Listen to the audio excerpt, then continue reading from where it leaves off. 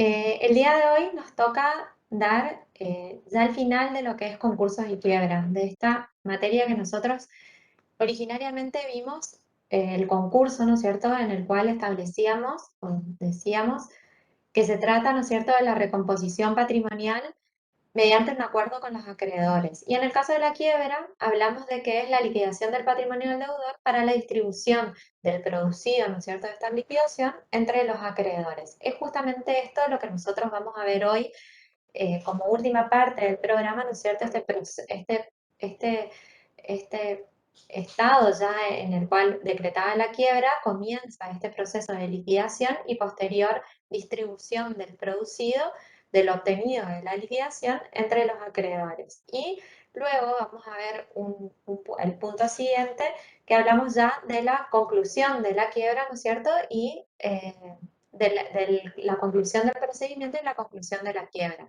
Vamos a ver cuál es la diferencia y cuáles son los modos de concluir una quiebra, que no siempre es liquidativa, vamos a ver más adelante. Hecha esta pequeña introducción, les quería decir que a los efectos de entrar en lo que es la liquidación, me pareció importante darles una definición de qué es liquidar. Liquidar es convertir el dinero de un bien no dinerario, es decir, que con la liquidación falencial lo que se busca es la venta de los bienes que componen el activo a los fines de distribuir el producido en moneda de quiebra. Y hablamos de moneda de quiebra porque no siempre se va a poder cancelar la totalidad de esas acreencias, sino que generalmente se cancela en una proporción.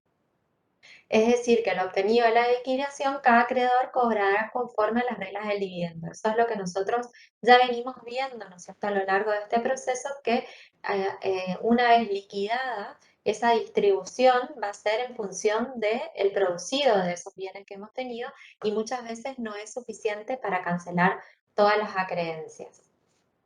En el artículo 203 de la ley, a partir del artículo 203 de la ley, ¿no es cierto?, se comienza a regular cómo se deben realizar los bienes a partir de a partir de la declaración de la quiebra de un sujeto.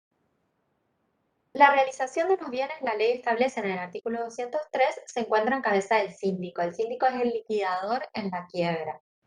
Y debe comenzar de inmediato, así lo prescribe la ley, es decir, que decretada la quiebra, de inmediato comienza este proceso de liquidación, salvo, y la ley ahí establece ciertas excepciones a esta inmediatez en la cual se procede a la liquidación, y es cuando se encuentra en curso, ¿no es cierto?, que son aquellos casos en los cuales la sentencia que decreta la quiebra no se encuentra firme, es decir, que existen recursos contra esa sentencia que hacen que esa sentencia no se encuentre firme y por tanto no comienza este proceso de liquidación.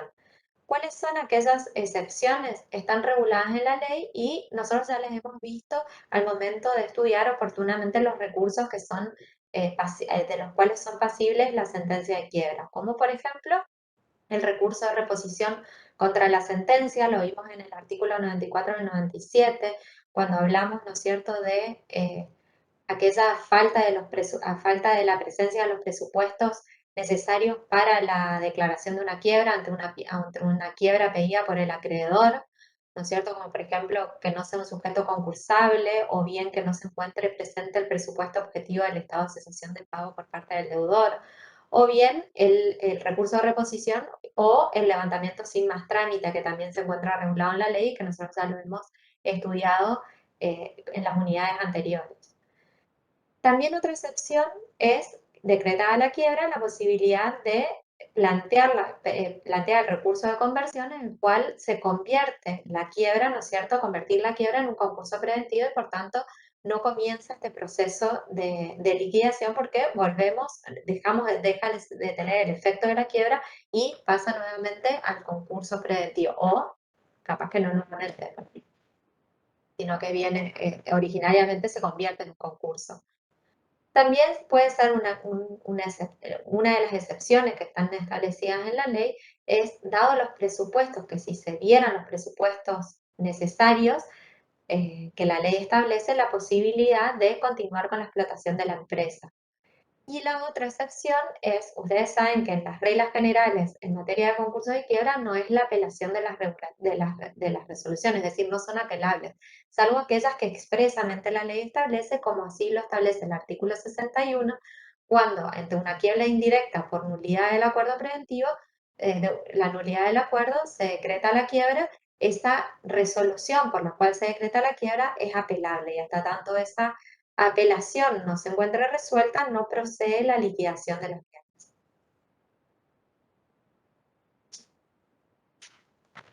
A partir de los 204 se encuentran ciertos criterios que se le da al juez mediante el cual se puede establecer cómo se va a liquidar o cómo se van a realizar esos bienes en la quiebra. La ley establece ciertos criterios, ¿no es cierto? Pero esto queda a discrecionalidad del juez, es decir, es el juez quien va a decidir en función de los bienes que hay que liquidar cuál es lo más conveniente para el concurso preventivo, perdón, para la quiebra, cuál va a ser lo más conveniente. Y establece la ley un orden preferente. Este orden preferente no es obligatorio para el juez, sino que se da cierta preferencia y están basadas, el juez puede eh, eh, continuar con eso, que a discrecionalidad del juez seguir, digamos, esta preferencia establecida por la ley o bien apartarse de la misma de manera fundada, claramente. El orden preferente tiene una está fundado, ¿no es cierto?, en el principio de conservación de la empresa, está basado en ese principio de conservación de la empresa y mantener la fuente de trabajo. Entonces, como principio, en el orden de preferencia, a la hora de enajenar o realizar los bienes de esta unidad económica, se pone en el orden de prelación, en primer lugar, la enajenación de la empresa como unidad, a los fines de mantener, ¿no es cierto?, la fuente de trabajo y mantener esta unidad económica, digamos, intacta, por así decirlo. La enajenación también en conjunto de los bienes que integren el establecimiento del fallido de no haberse continuado con la explotación de la empresa. O bien la enajenación singular, que es la venta por separado. En todos los casos, queda también a criterio del juez que, de acuerdo a las circunstancias, si fuera mejor para la quiebra, ¿no es cierto?, se pudiera elegir o se pudiera determinar más de un proceso, más de una forma de realización, ¿no es cierto?, teniendo en cuenta lo que fuere mejor para la quiebra. Por ejemplo, que se ordene la enajenación en conjunto de ciertos bienes y la enajenación singular de aquellos que no puedan entrar en ese conjunto. En el artículo 205 establece un procedimiento específico para la enajenación de la empresa, esto que hablábamos de la enajenación de esta unidad económica en su totalidad, que es lo que en el orden de preferencia la ley establece para que se priorice a la hora de establecer la forma de enajenación. La ley establece que el designado para la enajenación, ¿no es cierto?, que no necesariamente tiene que ser un síndico, porque nosotros acá cobra relevancia aquellos sujetos del concurso que estudiamos en las unidades anteriores, en las cuales el síndico es el liquidador, pero tenemos otros sujetos que pueden participar porque no siempre es quien va, en definitiva, a enajenar los bienes que pueden ser, puede estar en cabeza de un martillero o también de entidades financieras, es decir, que dependiendo del bien a vender, se establecerá quiénes son los correctos enajenadores para esa venta. En este caso, el designado para la enajenación, esa designación la hace el juez, debe tasar lo que se pretende vender, ¿no es cierto?, a valor mercado. Exige que tenga una tasación. Esa tasación, de acuerdo al valor mercado que está establecido de lo que se pretende vender, debe correrse vista al síndico, ¿no es cierto?, y a la cooperativa de trabajo si es que se haya conformado alguna. No siempre, no en todos los casos, se encuentra conformada la cooperativa de trabajo. En el caso de que estuviese conformada, debe corrérsele traslado de esa tasación. La venta debe ser ordenada por el juez, finalmente, ¿no es cierto?, establecido cuál es el medio por el cual se va a utilizar, tiene dos posibilidades, ya sea ordenarla a través de una subasta pública, Para ello requiere que se cumplan las formalidades del artículo 205, que es el que vamos a ver ahora, en el cual se encuentra detallado cuál es la manera o el procedimiento para llevar adelante una licitación. Debe cumplir ciertos requisitos en lo cual, en aquellos casos en los que son pertinentes a una subasta pública, y también debe cumplir los requisitos en cuanto a la base de precio establecidos en el artículo 206 para los créditos privilegiados con prenda o hipoteca, que ahora vamos a ver a qué se refiere. En el caso del artículo 205, si no es por subasta pública, se puede hacer también a través de la licitación. Para ello, establece que el síndico debe elaborar un pliego de condiciones, y en el artículo 205 establece cuáles son las condiciones mínimas que debe contener este pliego de condiciones, en la cual tiene que establecerse una base, ¿no es cierto?, del precio de lo cual se va a vender, dentro de lo cual tiene que estar contemplado, en el caso de que existiesen créditos privilegiados con prenda o hipoteca, debe estar tasado, ¿no es cierto?, el monto de los créditos privilegiados, porque eso también va a ser a la base de la venta, de la enajenación de esta empresa, y van a ser, ese monto tiene que estar determinado, y en realidad será el monto mayor, si ya sea el monto de los créditos privilegiados o el monto que tenga en el mercado la evaluación del conjunto de lo que se tiene que vender, lo que fuere mayor, es decir, lo que sea más beneficioso para el concurso. En este caso, corresponde al síndico realizarlo, establece cuáles son las condiciones mínimas que tiene que tener este pliego de condiciones. Esto, una vez aprobado efectivamente cuáles son las condiciones de esta licitación, las aprueba el juez, es el que es quien aprueba el contenido definitivo de este pliego de condiciones.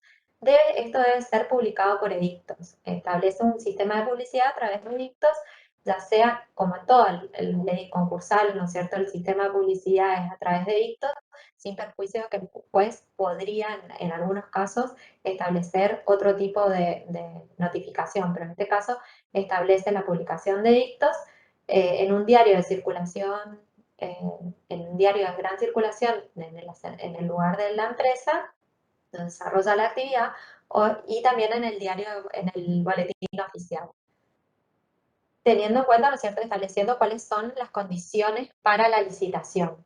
Las ofertas se deben hacer a sobre cerrado, así lo establece la ley, ¿no es cierto?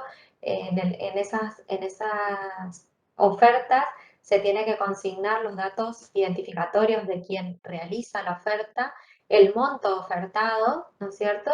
Y a su vez se le requiere una garantía que es una garantía de mantenimiento de la oferta del 10% del monto ofertado, que en el caso de que no se cumpliera adjudicado, digamos, ese bien, si no lo pagara en el plazo que tiene estipulado para ello, pierde esa garantía quien lo oferta.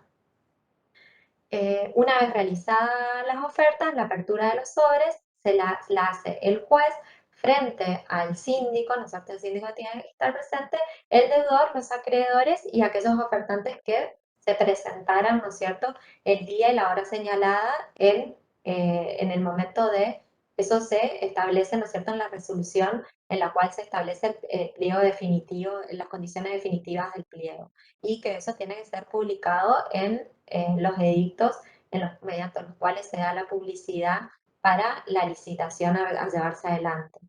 Una vez abiertos los sobres, el juez debe evaluar, ¿no es cierto?, cuáles son las ofertas realizadas, y anteriormente acá sí hubo una modificación en la ley de concursos y quiebra, con una de las últimas modificaciones en las cuales se introdujo muchas normas relativas a la cooperativa de trabajo.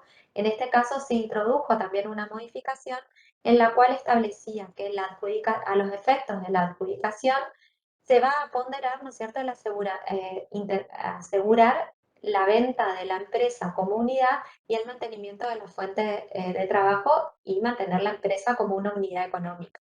Y esto tiene relevancia porque anteriormente con la ley se establecía que la adjudicación se hacía a aquella oferta que fuera mayor, a la de mayor valor. Es decir, que no tenía una discrecionalidad el juez respecto del análisis de cuál sería, digamos, la mejor oferta a realizarse como sí la tiene ahora, que se va a ponderar, ¿no es cierto?, dentro de las ofertas, intentar asegurar la fuente de trabajo y el mantenimiento de la empresa como una unidad. Adjudicada, ¿no es cierto?, adjudicada la enajenación respecto de uno de los ofertantes, debe realizarse el pago del precio. La ley establece que el pago del precio debe realizarse de forma de contado, es decir, de contado. Esto ha sido muy criticado porque dicen los autores que esto es en contra, ¿no es cierto?, a este tipo de enajenaciones en las cuales al comprar una empresa se requiere, ¿no es cierto?, un gran flujo de dinero, gran cantidad de dinero, gran movimiento de dinero, lo que hace que se imposibilite, ¿no es cierto?, este tipo de venta de contado. Y otros autores sostienen que en el caso de la pretensión de adjudicarse una empresa o la adquisición de una empresa, los medios de financiación tienen que ser a través de los canales comunes, como por ejemplo solicitar un préstamo al banco y no financiarse de los acreedores del fallido, ¿no es cierto?, que no tienen por qué realizar ese esfuerzo extra. Ahora vamos a ver que esto difiere, ¿no es cierto?, y hay ciertas excepciones cuando quien se adjudica o quien adquiere, ¿no es cierto?, la empresa, se trata de una cooperativa de trabajo y eso forma parte de las últimas modificaciones que fueron incorporadas cuando se modificó la ley de concursos liquidados. Una vez que se adjudica, ¿no es cierto?, el oferente tiene un plazo establecido para poder cancelar, tiene que cancelar, integrar la totalidad del precio ofertado, ¿no es cierto?, en un plazo determinado. En el caso de que no lo completara, esto tiene que ser antes de la toma de posesión de la empresa. En el caso de que no lo hiciera en el tiempo correspondiente, cae esta oferta y el juez tiene la posibilidad de adjudicar, ¿no es cierto?, la segunda mejor oferta. O en el caso de que se fracasara la licitación, se debe volver a llamar a una licitación, pero en este caso ya sin un monto base, ¿no es cierto?, que sí lo tenía eh, originariamente en la primera licitación. Habíamos dicho que con la 26.684, que es la que modifica la ley de concursos, la última modificación de la ley de concursos y quiebras, se incorpora ciertas normativas en relación a la cooperativa de trabajo. Posibilita, en este caso, a los trabajadores reunidos en cooperativa de trabajo para solicitar la adquisición de la empresa conforme al artículo 205, es decir, a través de la licitación que veíamos recién. Y pueden hacer valer en este proceso, ¿no es cierto?, la compensación de los créditos que le asisten a los trabajadores, esos créditos que ellos pudieran tener, ya sea en concepto de indemnizaciones o bien, por ejemplo, en sueldos debidos y que esos pueden hacerlos compensar. Y esto tiene cierta incidencia porque en el caso de la quiebra, la normativa, la regla es que no se encuentra permitida las compensaciones. Y esto tiene que ver a los efectos de evitar que se vulnere, ¿no es cierto?, la par conditio creditorum, es decir, la igualdad entre los acreedores, porque al momento de compensar puede salir beneficiado aquel que está compensando el crédito y adquirir un mayor monto y no lo que le correspondería en moneda de quiebra. Entonces se encuentra prohibido, pero hace una excepción en el caso de las cooperativas de trabajo, en la cual le permite compensar los créditos. Y tenemos que tener en cuenta que en este caso, en el caso de una adquisición de la empresa, habíamos dicho que el legislador le solicitaba o le requería al adquirente el pago en efectivo del monto ofertado y en un tiempo determinado. Y esto es porque con ese monto, ¿no es cierto?, se va a cancelar las acreencias de los acreedores que se han presentado a verificar, es decir, saldar todas esas deudas que tenía esta empresa a la cual se está enajenando. Ahora bien, en el caso de la compensación de créditos implica que no es un ingreso de fondos líquidos a esta empresa que justamente estamos liquidando, ¿no es cierto?, porque se encuentra en estado de acción de pago.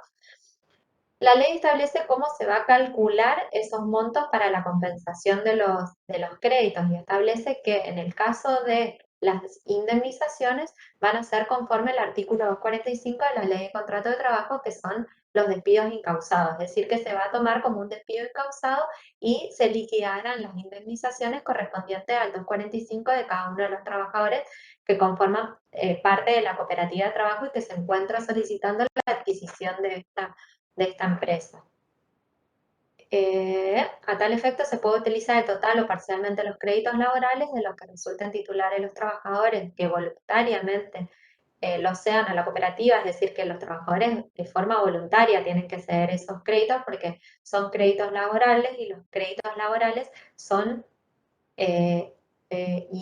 no pueden, digamos, no pueden, son irrenunciables, ¿no es cierto? Son créditos irrenunciables y por tanto los trabajadores de manera voluntaria no puede ser de forma coactiva, que se los una en una cooperativa de trabajo y que cedan esos créditos para la adquisición de la empresa, es decir, tiene que ser de modo voluntario. Y la cesión, digamos, de la transferencia de estos créditos a favor, ¿no es cierto?, de compensar con lo que se adquiere, digamos, para la adquisición de esa empresa, se va a materializar en una audiencia en la cual se celebra con el juez, aquellos sujetos que conforman parte de la cooperativa y la asociación sindical legitimada en el caso de que existiera. El pago del precio, y acá también hace otra excepción la ley, podrá estipularse al momento de efectuarse la venta. Es decir, que no solo le permite a la cooperativa de trabajo la compensación de los créditos para poder adquirir esta empresa, sino también existe la posibilidad de establecer un plazo para el caso de que hubiese un remanente o hubiese fondos que hubiese que sí efectivamente consignar. Y esto tiene que ver, ¿no es cierto?, con el principio de conservación de la empresa que se encuentra a lo largo de toda la ley, no solo de concurso preventivo, sino también en la quiebra. Que intenta, en todos los medios, ¿no es cierto?, conservar a la empresa como unidad y sobre todo mantener la fuente de trabajo.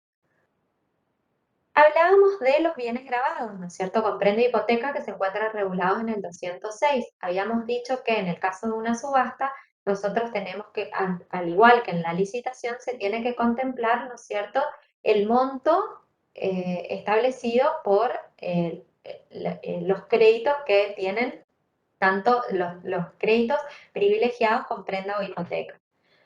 En el caso de los créditos privilegiados con prenda e hipoteca, tienen como principio general, ¿no es cierto?, una preferencia, a su vez de la preferencia en cuanto al cobro, tiene una preferencia temporal para poder cobrar, ya que ellos tienen el beneficio de poder acceder a un concurso especial en el cual, de forma separada al concurso, a la quiebra, ¿no es cierto?, puedan enajenar el bien objeto de la prenda o la hipoteca y poder hacerse su crédito con la venta de ese bien de forma separada, ¿cierto? Por justamente el privilegio que ellos tienen.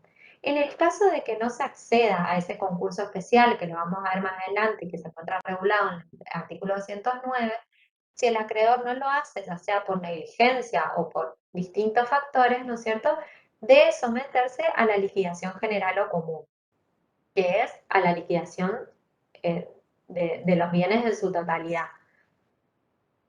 Ahora bien, si esos bienes afectados a la hipoteca o prenda se venden en conjunto, resulta de aplicación del artículo 206, es decir, que la enajenación de la empresa en marcha, el establecimiento, por ejemplo, del fallido, o la ley, lo que hace, ¿no es cierto?, la ley es asignarle a los acreedores lo que les asigna es cierta preferencia, en el sentido de que el síndico tiene que establecer una planilla especial al momento de la venta o la enajenación de esos bienes, en la cual tiene que estar consignado quiénes son los créditos privilegiados, ya sea con prenda o con hipoteca, y tendrán una preferencia al momento del cobro, ¿no es cierto?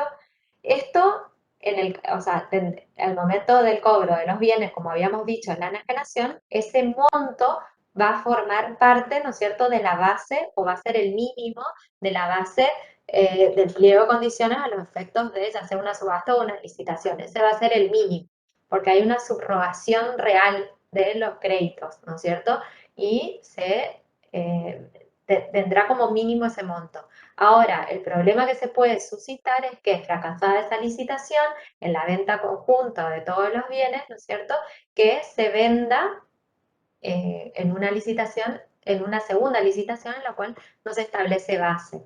Y al no establecerse base, existe la posibilidad de que el monto por el cual se acceda, el monto que finalmente se adquiera en la venta total de esos bienes, fuere inferior, ¿no es cierto?, ya sea al precio de plaza o bien al precio de los precios, al precio de los créditos privilegiados, es decir, que sean menor. Ahí sí va a surtir efecto, ¿no es cierto?, esto de los privilegios esenciales y se tendrá que cobrar conforme la planilla presentada por el síndico y conforme el sistema de regulación de privilegios que se encuentra regulado en la ley.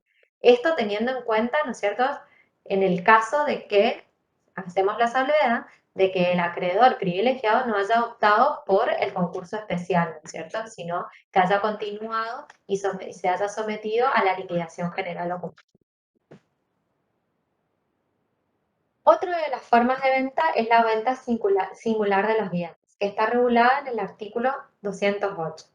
Esta ley, este modo se establece, se practica por subasta, está establecido por la ley, y en este caso el juez manda publicar los edictos en el boletín oficial y en el diario. En el caso de que sean bienes muebles, de 2 a 5 días debe ser la publicación, y en el caso de que sean bienes inmuebles, es de 5 a 10 días la publicación. Esto es sin tasación previa y sin base, pero se hace a través de una subasta y debe ser designado un martillero. En el caso del concurso especial que se encuentra regulado en el artículo 209 que habíamos mencionado anteriormente, está prescripto para los acreedores titulares con crédito de garantía real, es decir, con prenda o hipoteca. En este caso, en el caso de los acreedores con prenda e hipoteca, tienen la posibilidad de requerir la venta mediante una petición del concurso que tramita por un expediente separado y otorga una preferencia temporal en el cobro, ya que no va a tener que esperar la liquidación de todos los bienes para poder hacerse de su acreencia, sino que puede hacerlo de forma anticipada respecto del bien objeto de la prenda o la hipoteca. Para ello se requiere la vista del síndico que examina el instrumento, ¿no es cierto?, con que se deduce la petición, ya sea la prenda o la hipoteca, y se ordena la subasta de los bienes objeto de la garantía. Se debe reservar sumas necesarias para atender a los acreedores preferentes al peticionario, porque por ahí quien está solicitando tiene, por ejemplo, una hipoteca de segundo grado. En ese caso se tiene que reservar, ¿no es cierto?, los fondos necesarios para poder cubrir la garantía respecto de la hipoteca de primer grado, ¿cierto? Se liquida y se paga hasta donde concurre el privilegio y el remanente líquido previa fianza en su caso. En el caso de que hubiese un remanente, eso va a la quiebra, digamos, a la quiebra común. Otro de los medios es la venta directa. Este es un medio excepcional, ¿no es cierto? Y se refiere a toda venta que no sea por licitación o por subasta, sino que es la venta directa del bien. El juez puede disponer la venta directa de algunos bienes, ¿no es cierto?, previa vista al síndico y a la cooperativa de trabajo en el caso de que ésta se hubiera conformado, ¿no es cierto?, cuando por la naturaleza del bien a vender fuera de escaso valor o las otras formas de enajenación prevista hubieran fracasado, ¿no es cierto?, y esto fuera de utilidad evidente para el concurso que se realice a través de una venta directa. En este caso, se determina que la forma de enajenación la puede hacer el síndico. Esto no implica honorarios aparte para el síndico, sino que son los honorarios conforme a la función que tiene, o a un intermediario, ¿no es cierto?, institución o mercado especializado, dependiendo del bien que se ha de enajenar. La venta que realicen, en este caso, queda sujeta a una condición suspensiva, es decir, que no se aprueba o no se adjudica esa enajenación hasta tanto no tenga una aprobación judicial posterior. Es decir, la realiza el síndico, supongamos que fuese el síndico quien va a enajenar, posterior a esa enajenación debe presentarse todos los comprobantes y la operación realizada en el expediente y el juez debe aprobarlo. Es de carácter restrictivo y es excepcional, como lo habíamos mencionado. El informe final y distribución que se encuentra regulado en el artículo 208 es de vital importancia porque aquí tiene gran labor, ¿no es cierto? Se ve plasmada la labor del síndico. Dentro de los 10 días después de aprobar la última enajenación, el síndico debe presentar un informe. Ese informe debe contener una rendición de cuentas de las operaciones efectuadas, es decir, todas las enajenaciones realizadas, el resultado de la realización de los bienes, es decir, con detalle del producido de cada uno de ellos, y la enumeración de los bienes que no se hayan podido enajenar, los créditos no cobrados que se encuentran pendientes de demanda judicial con la explicación sucinta de las causas, es decir, supongamos de que no se ha podido enajenar porque es un bien invendible o porque han fracasado todos los medios a través de los cuales se ha pretendido enajenar, eso debe estar explicado y justificado, ¿no es cierto?, en este informe final. Y el proyecto de distribución final, que esto es importante porque en este caso es el síndico quien va a establecer un proyecto de distribución final que finalmente es aprobado por el juez, ¿no es cierto?, con arreglo a la verificación y la gradación de los créditos previendo las reservas necesarias. Es decir, va a establecer como a modo de consejo, ¿no es cierto?, hacia establecer el juez cómo deberá distribuirse finalmente lo producido con los bienes, o sea, todo aquello que se ha liquidado y todo lo que se ha obtenido de la liquidación, cómo se va a distribuir finalmente entre los acreedores, y esto tendrá en cuenta, ¿no es cierto?, la verificación, quiénes son los acreedores que han verificado y teniendo en cuenta cuáles son los privilegios que han denunciado o no, o en el caso de que fueran quirografarios, cuál es la forma en la cual van a adquirir la liquidez, los fondos, la cancelación de sus acreencias. Decíamos que el informe final lo hace el síndico. Una vez realizado el informe final, el juez ya tiene una idea, o sea, ya tiene un panorama completo de cuál ha sido la actividad que ha llevado adelante el síndico y por tanto realiza la regulación de horarios del síndico.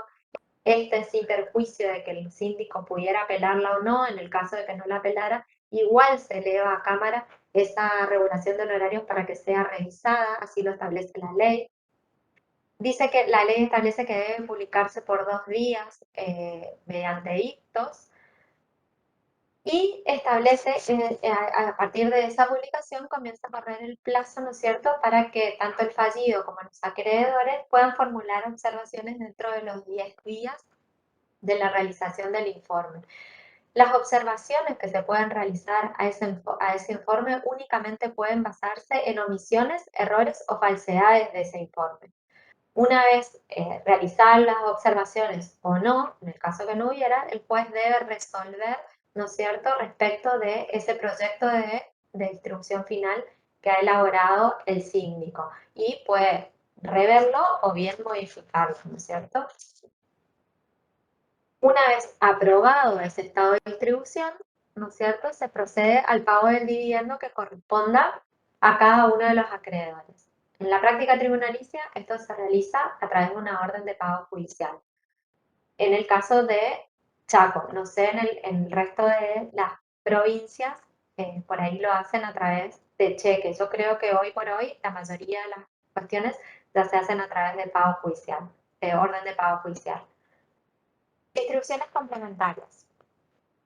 El producto no realizado a la fecha de la presentación del informe final, habíamos dicho que hay algunos bienes en los cuales existe la posibilidad de que no puedan ser realizados por distintas cuestiones, porque no es un bien vendible, porque han fracasado los medios a través de los cuales se ha pretendido su venta, etcétera, si a la fecha de la presentación del informe, como también los provenientes de la desafectación de las reservas. En el momento del proyecto de distribución se realizan reservas, por ejemplo, para aquellos sujetos que han solicitado la verificación de los créditos de forma tardía y todavía no se ha resuelto, o han planteado incidentes de revisión tardía y que a la fecha no han sido resueltos, o que se encuentran sujetos a una condición suspensiva y que por tanto todavía no pueden acceder, entonces se hace una reserva.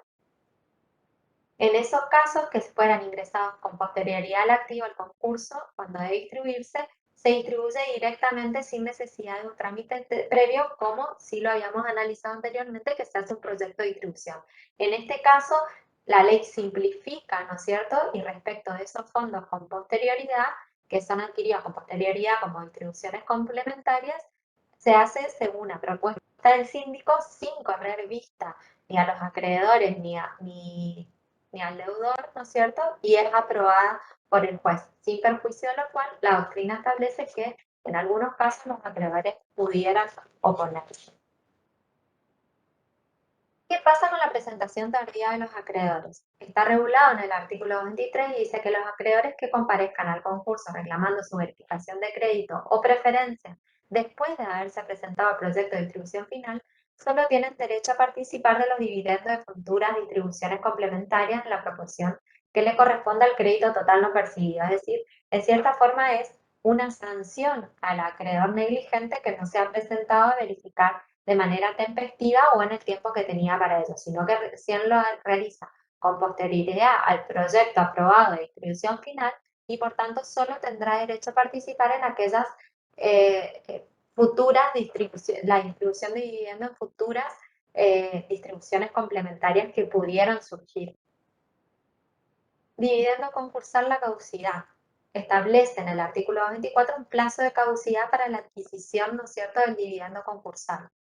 Una vez aprobado, ¿no es cierto?, el proyecto de distribución final y una vez que se encuentran los fondos disponibles para los acreedores para la adquisición de esos bienes, de esos dividendos, ¿no es cierto?, tienen un plazo de un año, contado desde la fecha de su aprobación. Si durante ese plazo de un año no se adquiriera, no se gestionara el cobro de esos dividendos, produce la caducidad de pleno derecho y es declarada de oficio.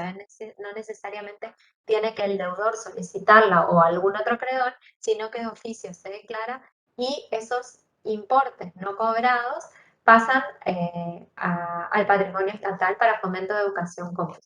Es decir, que no vuelven al deudor ni tampoco van para el resto de los acreedores.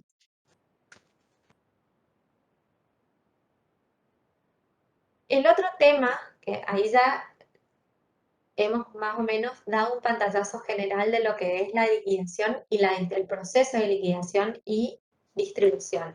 Y vamos a ver el otro tema que hoy nos convoca, que es la conclusión y la clausura de la quiebra. Vamos a ver cuáles son las diferencias y cuáles son los modos de conclusión de la quiebra que se encuentran regulados en la ley y también de la clausura del procedimiento. Esto es importante distinguir. Hay una diferenciación entre lo que es la clausura del procedimiento y la conclusión de la quiebra.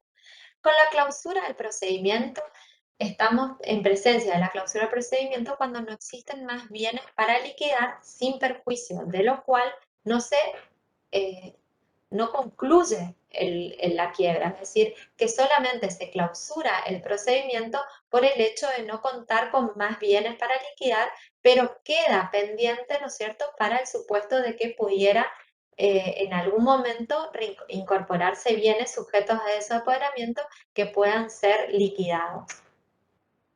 También es cuando los liquidados no alcanzan para satisfacer la totalidad de los créditos concursales o concurrentes, ¿no es cierto? No necesariamente estamos frente a la conclusión de la quiebra, sino a la clausura del procedimiento.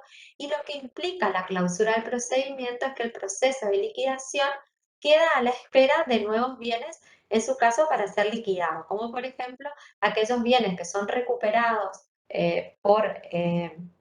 por ejemplo, en aquellos que fueron realizados en el periodo de sospecha y que recae eh,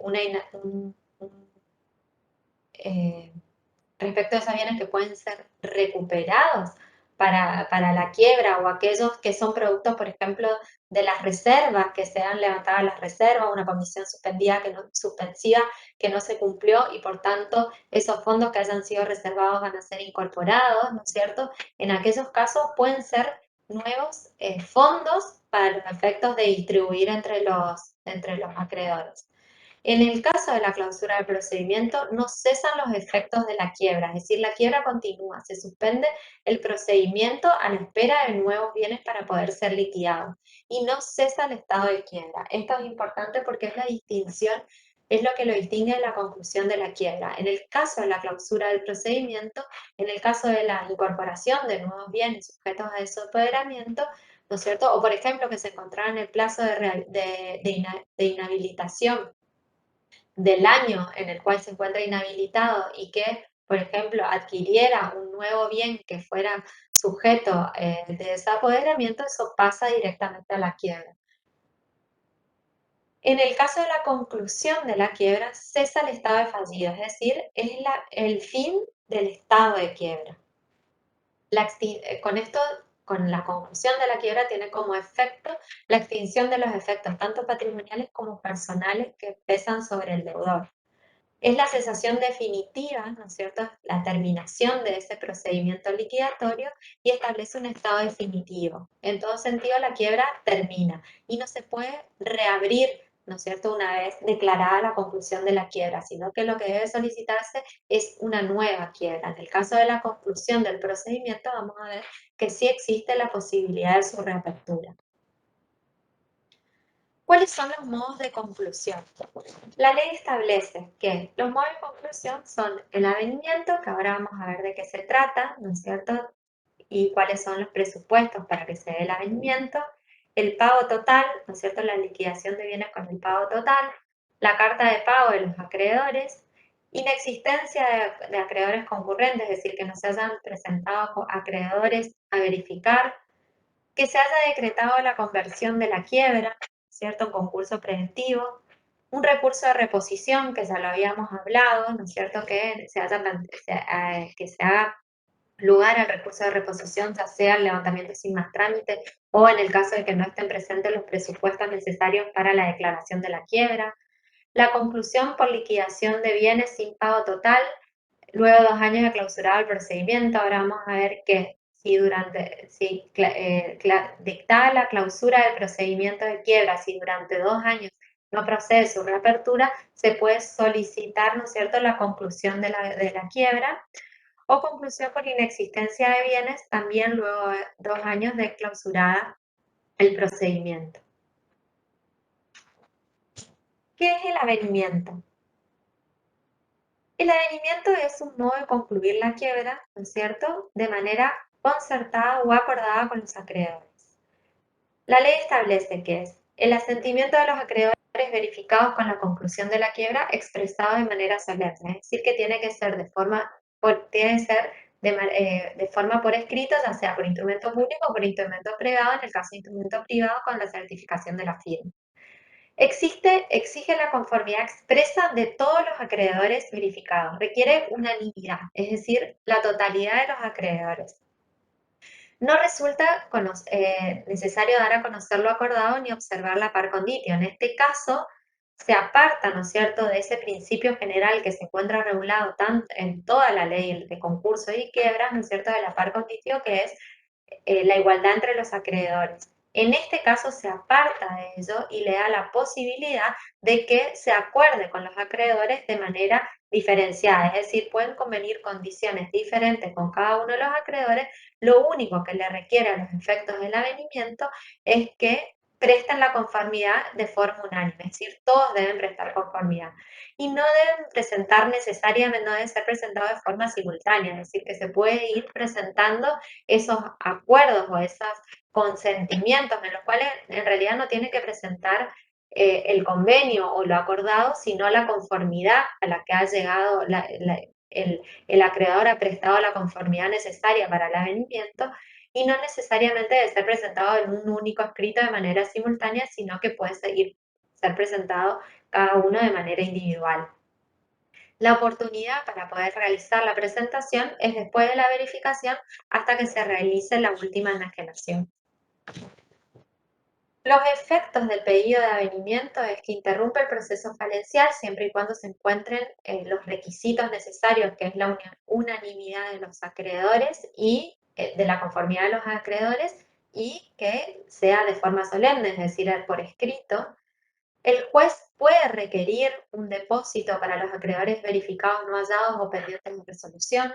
Por ejemplo, en el caso de que haya un incidente de verificación tardía, en el cual todavía no se encuentra resuelto y se puede requerir un depósito en forma de garantía para esos, o aquellos acreedores verificados que hayan verificado y que con posterioridad no puedan ser hallados para poder llevar adelante ese acuerdo a los efectos del avenimiento. Es decir, que debe, en cierta forma, desinteresarnos. El juez fija un plazo para que el deudor otorgue una garantía para poder solventar lo que sean los gastos y los juicios. En el caso de que se hiciera lugar al avenimiento, cesan todos los efectos patrimoniales de la quiebra y el incumplimiento en el caso de que, es decir, que concluye la quiebra. Y en el caso, y con ello todos los efectos, tanto patrimoniales como personales que recaían sobre el deudor.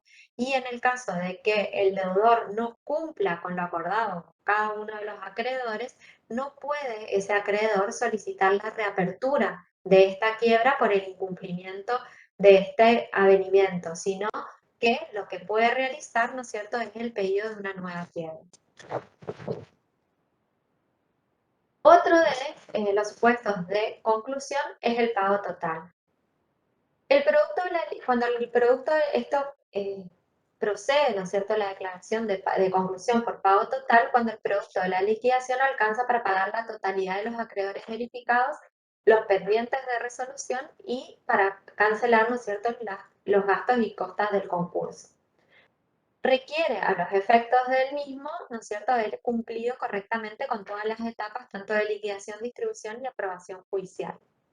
Si existiese un remanente, lo cual generalmente no sucede y es muy difícil, pero podría suceder, si existiese un remanente, ¿no es cierto?, en cuanto habiendo liquidado todos los bienes, se pagaron a todos los acreedores, se pagaron las costas y gastos del concurso y existe un remanente.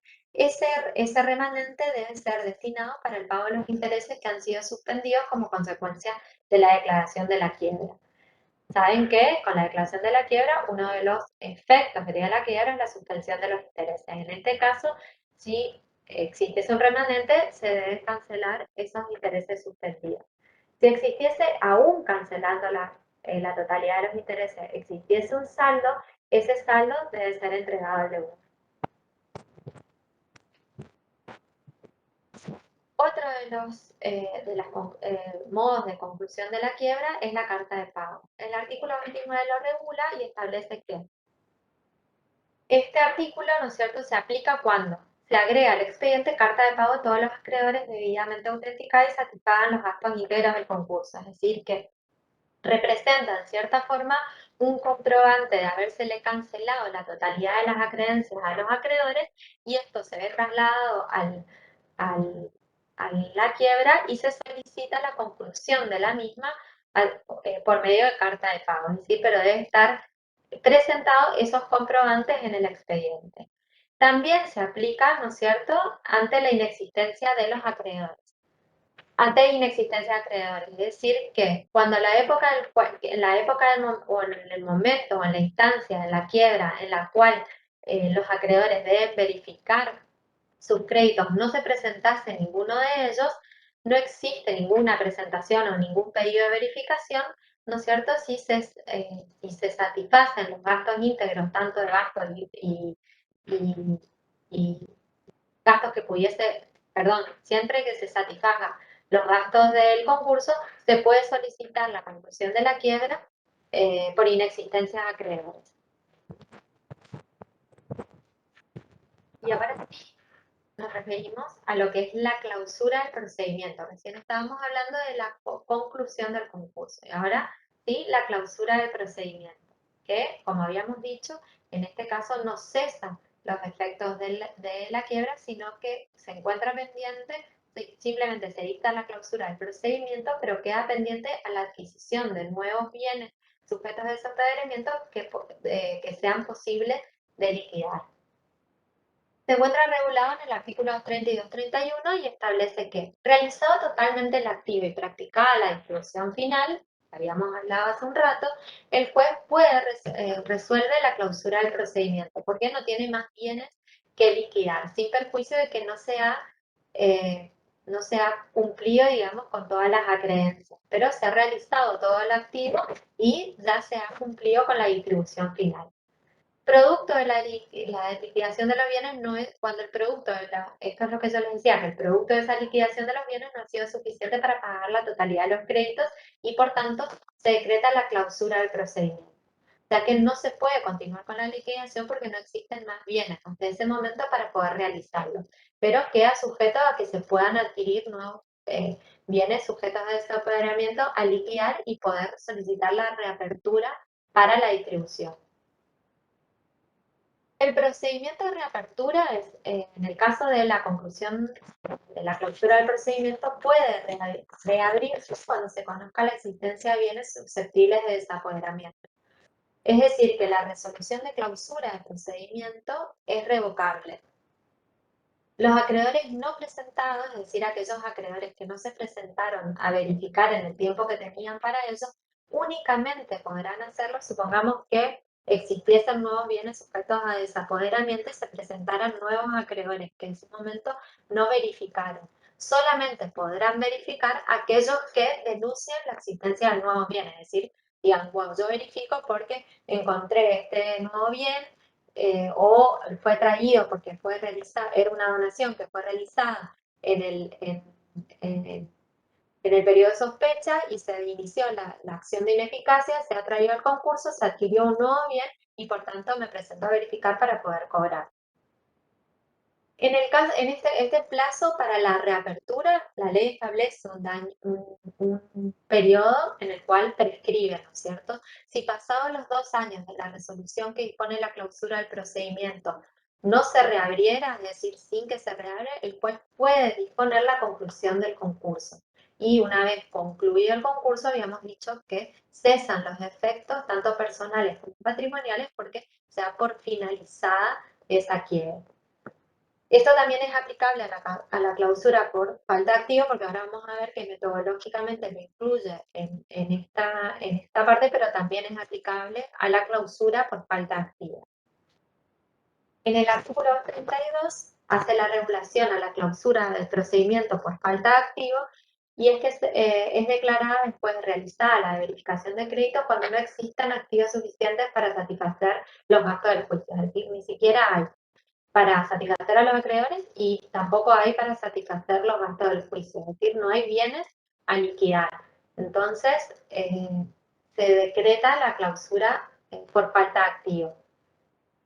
La inexistencia de un mínimo de bienes desapoderables se produce luego del informe general y agotadas las tareas de investigación de los bienes, de la existencia de bienes. El pedido lo realiza el síndico y debe darse vista al fallido, la resolución es apelable y se le da vista al fallido porque en el caso del artículo 32 establece como efecto que la clausura del procedimiento por falta de activos importa una presunción de fraude y el juez debe comunicarla a la justicia penal para la instrucción de un sumario pertinente.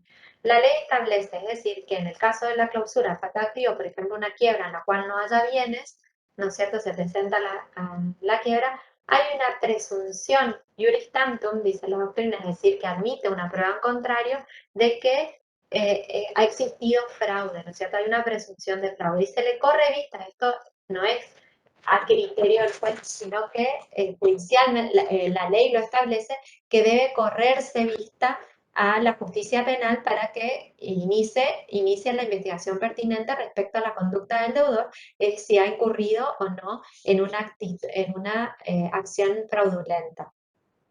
En este caso, la implicancia que tiene es que en estos casos, ahora cuando vean la clase que viene, vamos a ver que la inhabilitación del fallido es de 1 año. Es decir, que desde la sentencia de quiebra, por el periodo de 1 año, procede la inhabilitación del fallido, salvo en estos casos, en los casos de la presunción de fraude, en la cual la inhabilitación del fallido continúa mientras tanto continúe ese expediente penal que estudia, ¿no es cierto?, o investiga la acción fraudulenta. Hasta tanto no haya un sobreseimiento en la causa penal o una absolución en el caso del expediente penal, continúa la inhabilitación del fallido. Dejamos. Esos fueron, dejamos de compartir.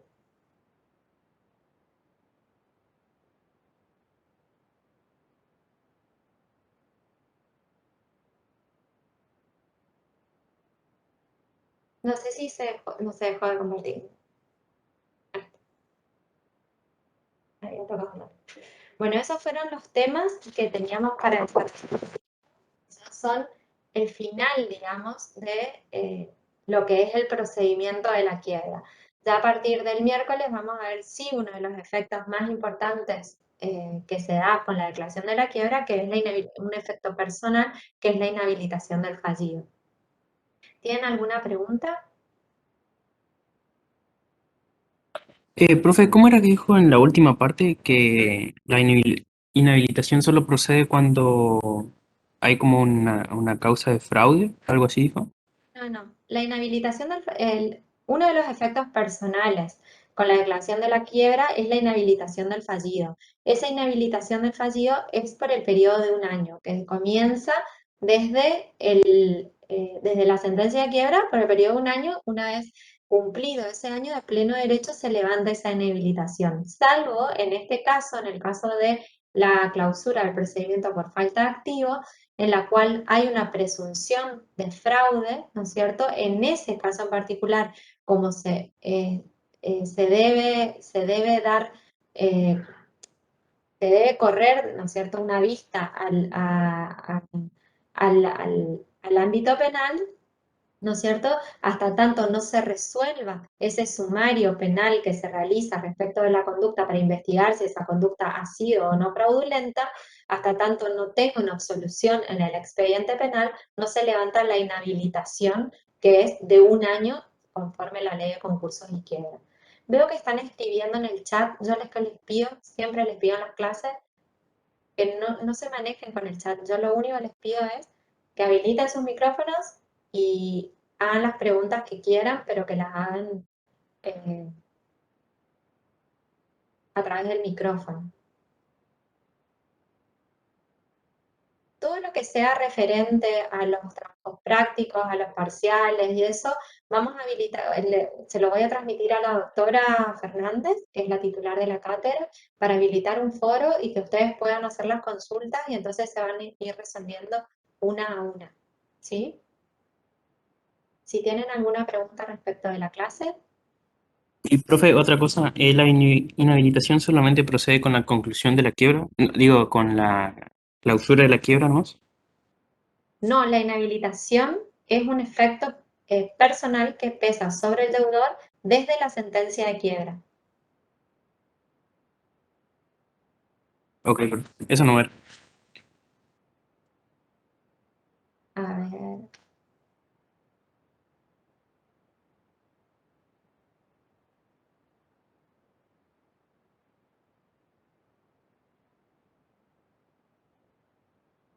Bueno, las preguntas que hacen son respecto del parcial y respecto de trabajos prácticos. En todo caso, yo voy a hablar con la doctora Fernández para que se habilite un foro y entonces puedan hacer todas las consultas que son, ya sea de índole del examen, del trabajo práctico o lo que fuera, para poder ir contestándolas. ¿Sí? Si tienen alguna pregunta respecto a la clase, los escucho y si no, habilito el foro para que se puedan comunicar también a través del mismo y puedan realizar las consultas que quieran respecto de la clase.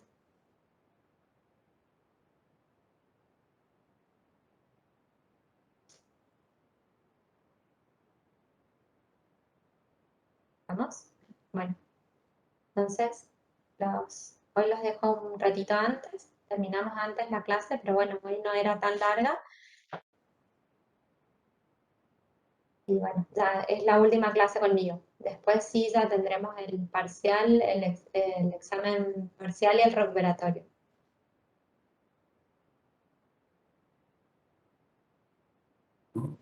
Profe, Sí,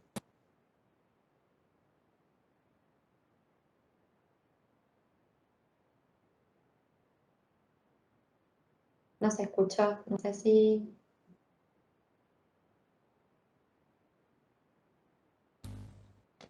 profe. Sí. La fecha del segundo parcial, ¿para cuándo quedó definida? La fecha del segundo parcial está en el cronograma. Mm. Y después otra consulta que tenía con el tema de las listas, o sea, yo estaba, o sea, primero aceptado, después rechazado y sin embargo, o sea, estuve habilitado para rendir el primer parcial ¿Cómo? con el tema de las listas. O sea, yo estaba primero aceptado, después rechazado y sin embargo estuve aceptado, o sea, sí, estuve aceptado para rendir el primer parcial. En realidad Y todos tenían acceso a poder rendir el parcial, pero eso no implica que después puedan aprobar la materia. Tienen que tener regularizado conforme a lo que diga después Secretaría Académica. Eso se aclaró. Yo por eso no claro, quiero contestar preguntas referentes a las cuestiones técnicas, porque eso tiene que definirlo la doctora Fernández. Por eso les digo que todas las cuestiones que sean referidas a parcial, a las listas, a los trabajos prácticos, vamos a habilitar un foro y en todo caso se contestará a través del foro. así entonces por la duda rindo nomás el segundo parcial, para que se defina eso. Sí, vamos a ver, porque hay algunos alumnos que estaban de forma condicional a tener que aprobar las materias libres y eso calculo que se va a definir antes del segundo parcial.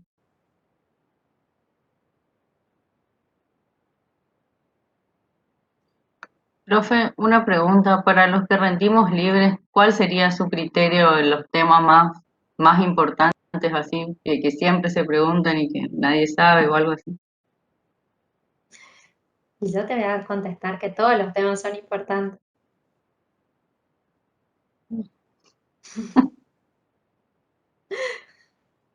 Pero a su Eh, criterio, ¿cuál es el que más le gusta preguntar y que siempre fallamos? bueno, en sociedades, administración y representación, la unidad 2 es clave y nadie sabe responderla. El régimen legal de administración y representación, sociedad anónima, sociedad de responsabilidad limitada. Lo que pasa es que esto yo les digo pero todos los temas, o sea, siempre que se pregunta respecto de todo, pero esos son generalmente los que en concursos y quiebra, síndico es fundamental. Si no saben síndico, eso es fundamental. Generalmente es lo que se pregunta mucho. Los efectos, responsabilidad siempre, responsabilidad es importantísimo y eso generalmente lo tocan muy por encima.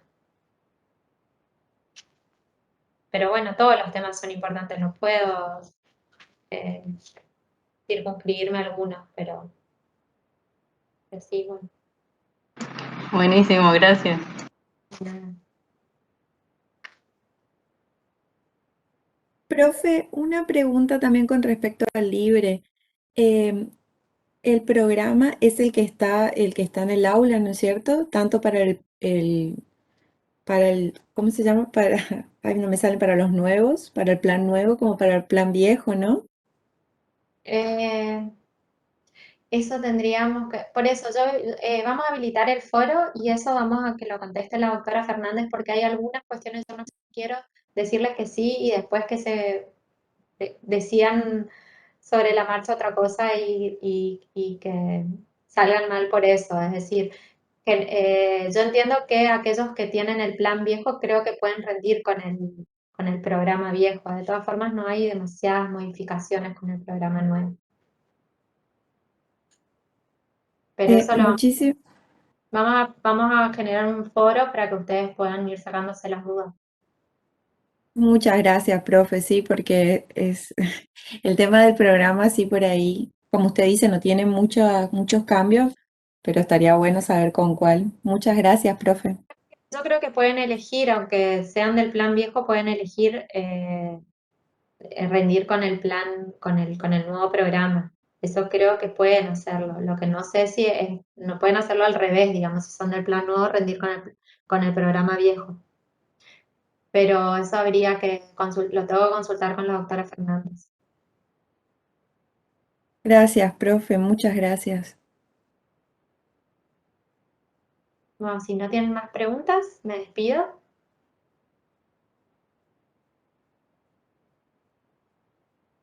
¿Vamos? No, profe, de Bueno, mi parte no. bueno. Hasta luego entonces. Hasta luego, profe. Hasta el final. Nada, ya queda poquito. Hasta luego. Hasta luego.